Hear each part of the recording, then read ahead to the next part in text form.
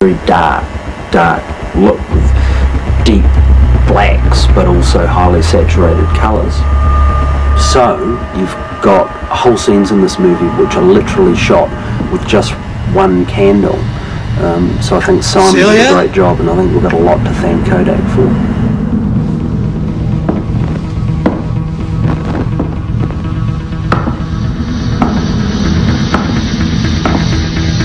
The nature of the movie is nights, wet surfaces, shallow depths of field, so we ran with all of those things in the design of the effects.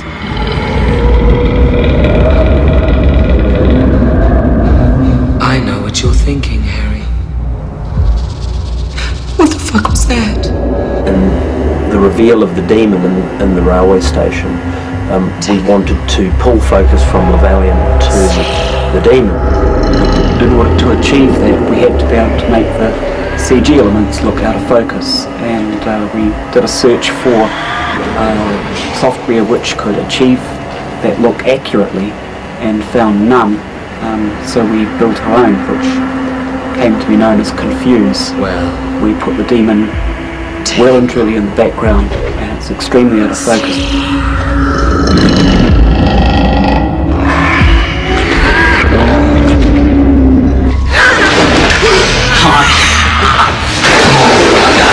Working with prosthetics has been an interesting experience for me.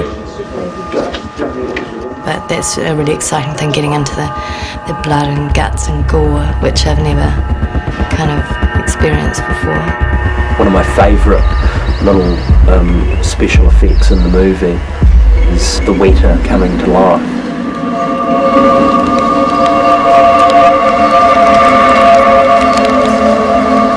We went to the zoo and researched how wetters behaved, and we discovered that if you put a wetter in water and effectively drown it, and then take it out of the water, these things come back to life over 30 minutes. So we spent a morning with this wetter, putting the poor thing in buckets of water and then bringing it out, waiting for 20 minutes, and then putting it in our actor's hand and blowing on it. And that effectively then it comes back to life. During the course of the film I had to have cockroaches in my mouth.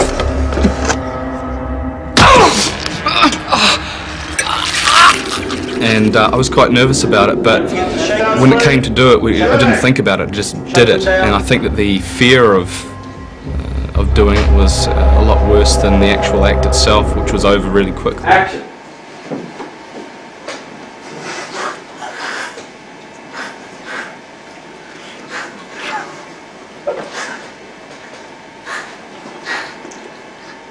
And shake them off.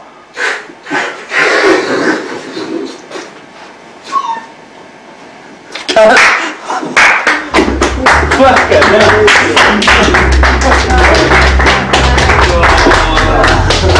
Glenn did do surprisingly accurate, in hindsight, storyboards of large chunks of the script, and this, I think, it's essential, but in this particular case it's interesting because when you really start to pull the script apart, you realise that large chunks of the script really need to be refined to that level before you can get anywhere in terms of design.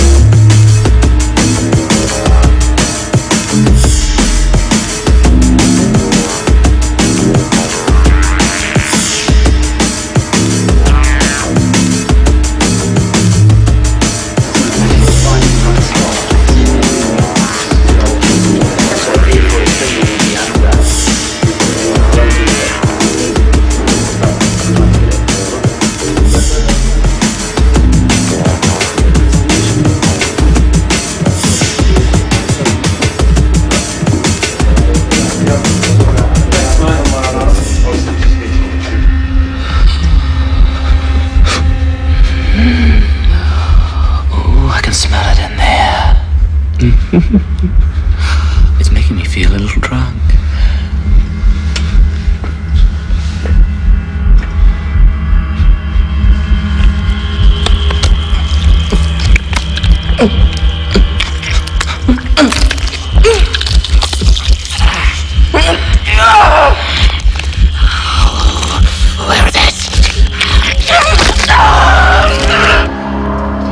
A very important element in the movie, I think, is the sound. Even at script stage, there were a lot of sound ideas in the script, and it was a massive task both for the sound designer, Mike Jones, and for the music composers, Joost Langveld and Victoria Kelly, to come up with an appropriate soundscape in which to wrap the world of demons. And I think in both cases, it's like we've got not only a kind of a soundtrack and music that is scary, it's evocative, and it kind of just helps to create this whole tone and mood of reality shifting, and that there are things unseen waiting to attack our lead character.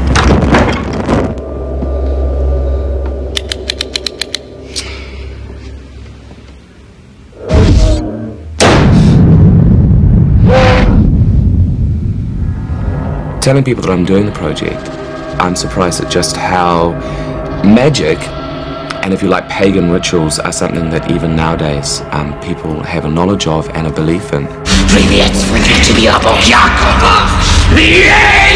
I suppose it comes from the fear of the dark, if you like, when you're a child, the fear of the unknown.